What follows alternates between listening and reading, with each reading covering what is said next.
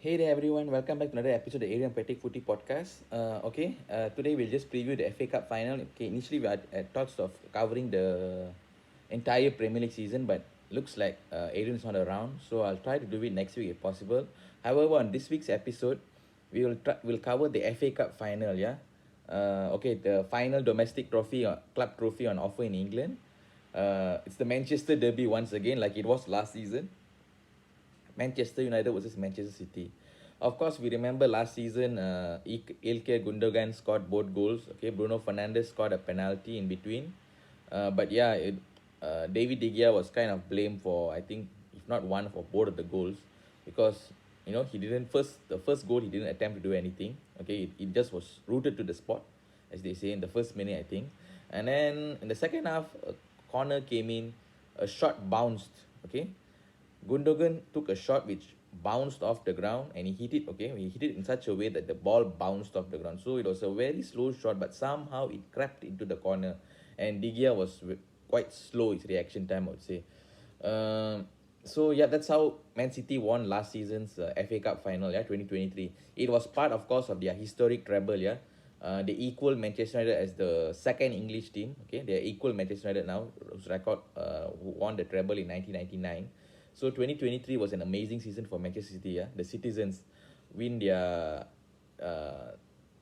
their seventh FA Cup. Okay, last season it was their seventh FA Cup, and another record is going to be held by Manchester United today. Okay, they will, if they once they appear in this final, it'll be the 22nd appearance. Yeah, no team has appeared in more FA Cup finals than Manchester United now, 22nd. But unfortunately, they're not the record holders. Even though they have been in the most finals, Manchester United are not the record holders. That title belongs to Arsenal, who won 14 finals out of the 21 finals they contested. So they have a high. You can say Arsenal have a higher win percentage in the final compared to MU, because MU only won 12 out of 21 finals. Okay, if they win today, it will be 13 out of 22nd if they win. But the bookies' favorites are, of course, Manchester City, and it's going to be difficult. Manchester City have not been Manchester United have not been successful post Ferguson era. Okay, the last final they won is in 2018. Actually, they lost a lot of cup finals. Okay, if you go through United's what record in the FA Cup, it is really horrible. Yeah, they have lost so many finals. I think they lost one to Chelsea. They lost another one to Man City. They lost a couple of FA Cup finals. Yeah, but they've been to many FA Cup. I think FA Cup final is the most finals we have been to since in the post Ferguson era. The most domestic cup. I don't think we've reached that many times the Carabao Cup or any other cup. But FA Cup final is just been tremendous in the post Ferguson era. But however, we need to win it. Our last final one was in 2016, and that I remember was the 10-man Manchester United team. Okay, Jesse Lingard was the hero, scoring that goal in extra time for 10-man Manchester United against Crystal Palace. Yeah, of course, need to bear in mind that the opponent was Crystal Palace, so it was a relatively easier opponent. But however, the circumstances were challenging. Manchester were down to 10 men, and they were fighting against Crystal Palace. Who basically, for a small team to come to the final, they want to win the trophy. Okay, it's not easy whenever even you're facing a small team, because they know they might not get that chance again, and so they'll play the game of their lives. So did Newcastle last season, the Carabao Cup, but MU still won. However, facing big teams, United do not have a particularly good record against big teams in domestic cup finals. Yeah, I'm talking about Carabao and FA Cup finals. So we tend to lose whenever we have a difficult opponent. Okay, I would say. So, 12 finals won out of 21 for Manchester United, and City, 7 finals won out of 12. Yeah, if they win next, it'll be 8 out of 13. Okay, but Manchester City now cannot win the treble. Of course, they got knocked out of the Champions League. Okay, by Real Madrid. So it's only going to be a double. But if they do win, they'll become the first team to repeat the double. Yeah, in consecutive season. That means winning the league and FA Cup in consecutive seasons. So there'll be another impressive feat by Manchester City. But yeah, of course, all these achievements come with an asterisk mark, and a lot of what do you call? Uh, it's a tainted achievement, they say, because they won it with 115 Premier League charges hanging over their heads. They were charged 115 times by the Premier League for breaching financial fair play rules, or what they call profit and sustainability rules. Yeah, 115 charges were brought forth by the Premier League for Manchester City not complying with financial regulations. Yeah, that means there have been some irregularities in their financial records, in their checkbooks, in giving information. There are a lot of charges. We're not going to that, but of course, once Man City are cleared, then only all these achievements will be considered. But if that as long as those charges hang over their head, it's always going to be looked with the asterisk mark. Were these titles achieved genuinely, complying with contest regulations and football law regulations? We have financial laws. Financial laws are still laws nonetheless. So if there are financial breaches, then they say it puts a dent in your achievements. It kind of leaves you a black mark, okay, a tainted achievement. So, but yeah, let's not focus on that. It's all about football today. So Manchester City looking very likely to win their eighth FA Cup favourites. But of course, I'm not ruling out Manchester United. Yeah, Manchester United do have a chance. Of course, the media reports have been coming out in the media that this could be Eric Ten Hag's last match, irrespective of whether he wins the FA Cup or not.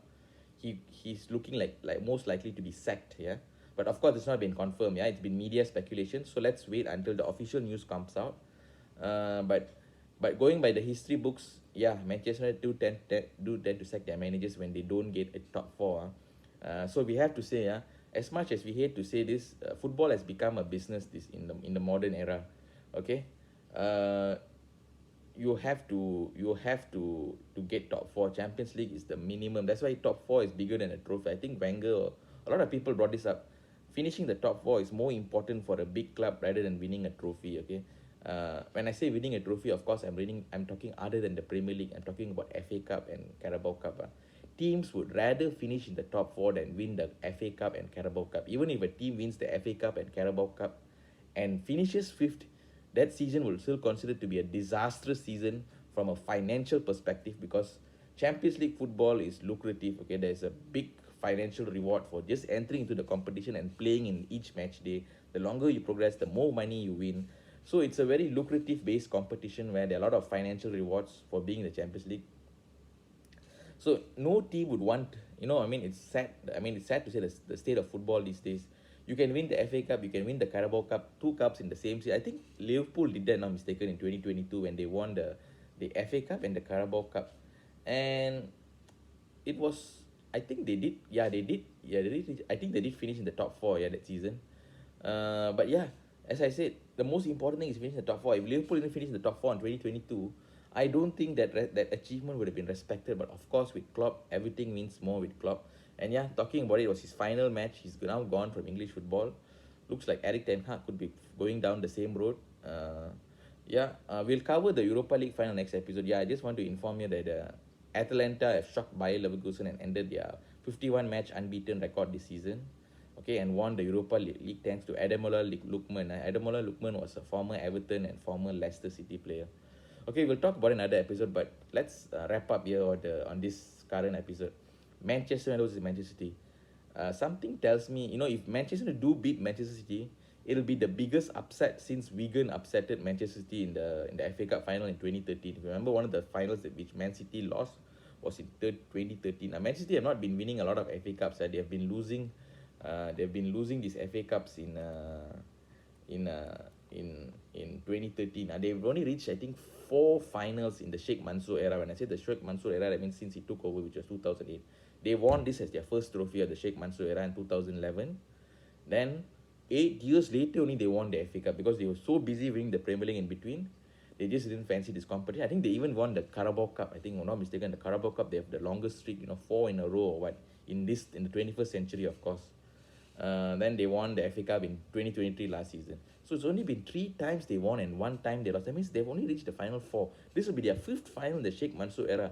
Sheikh Mansour took over in 2008. It's been 16 years. And they've only reached the FA Cup final 5 times, which shows you how seriously big clubs take this competition. But of course, for Manchester United, it's been a source of, they can't reach any other tournament. They can't go compete in the Premier League and the Champions League since Alex Ferguson retired. So the FA Cup and Carabao Cup final has been all that Manchester fans are able to look for. And some managers actually take pride in winning them, like Louis Van Gaal. If you remember Louis Van Gaal, in the final press conference when he was sacked, okay, right after he won the FA Cup, yeah, he just showed that, put the FA Cup on the trophy table on the table in the press conference and said, "Here's my trophy. Bye. I've achieved what I wanted to achieve," and he left. Okay, and that after, of course, he didn't make the Champions League that season. So it's easy to see that winning the FA Cup is never enough for the Manchester United manager.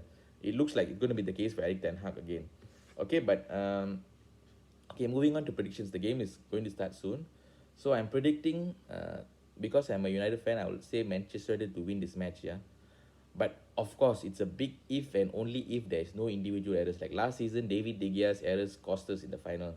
Ilkay Gundogan was there for Manchester City, but I don't know who's going to step up. Manchester City need one of their big players to step up tonight. It could be Phil Foden, Premier League Player of the Season, Football Writers Player of the Season. He could step up. Or Erling Haaland has never stepped up in a major final. People have noted this record. Erling Haaland always goes silent in finals. He could end the streak today. We never know. But yeah, we'll see how it goes. But I'm saying Manchester will win this match, provided they make no individual errors and they play a perfect game. Of course, perfect game is so general and so it's a very cliche thing to say. But I would say no errors. Okay, if Manchester players don't make not any errors like last season, like David De Gea, I think they can win this game. Okay, by hook or by crook or by fluke. Okay, so that's it from me and the Adrian and Patrick Footy podcast. Give a like, follow, subscribe, share to your close friends and family. Comment in the comment section and give us any feedback that you feel is possible. Okay, I'll see you in the next episode. Okay, I hopefully Adrian is back and I can cover all 20 teams. So I'm only doing the FA Cup final coverage. I hope you enjoyed this, our analysis and discussion. I hope to see you next week. Please give a like, follow, share, subscribe, and give constructive comments in the feedback. I appreciate your feedback. Yeah, so please provide constructive comments on how we can improve this podcast. Okay, bye.